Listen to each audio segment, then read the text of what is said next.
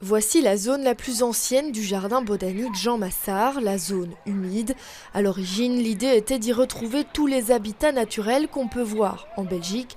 Finalement, avec le temps, cette zone humide s'est développée et regroupe une flore typique d'un marais bruxellois. Par contre, on a encore quelques reliques. Donc ici, à côté de moi, j'ai l'Osmonde royal, qui est la plus grande fougère qu'on peut observer en Belgique et qui n'est pas du tout typique de ce milieu. Mais voilà, elle était là du temps du jardin éthologique et on a décidé de la garder. Et pour découvrir cette plante et son environnement, une classe de 6e secondaire profite du jardin et de tout ce qu'il a à offrir. Ils vont en fait récolter des petits animaux aquatiques pour après, avec une clé de détermination, pouvoir analyser le bien-être de l'étang en fonction des espèces qu'ils vont trouver ici. Des espèces, ils peuvent en trouver énormément dans le jardin. À côté des plus de 2000 espèces végétales présentes ici, on retrouve aussi une vaste faune. On a plus de 3500 espèces d'insectes sur le site, avec des espèces qui n'avaient plus été observées en Belgique depuis longtemps.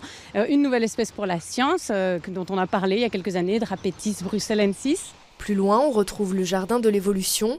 Ici, les fleurs sont classées en fonction de leur parenté, ce qui permet de retracer l'histoire de l'évolution des plantes. On voit aussi que même dans les groupes anciens, les fleurs ont terriblement évolué depuis plus de 120 millions d'années et qu'on trouve une diversité folle de structures florales, donc de formes de fleurs. En fait, il y a mille et une façons d'être une fleur et c'est ce qu'on essaye de montrer dans ce jardin. Les 4,5 hectares de jardin espèrent bientôt devenir le premier jardin botanique bruxellois reconnu par l'Association des jardins botaniques de France et des pays francophones.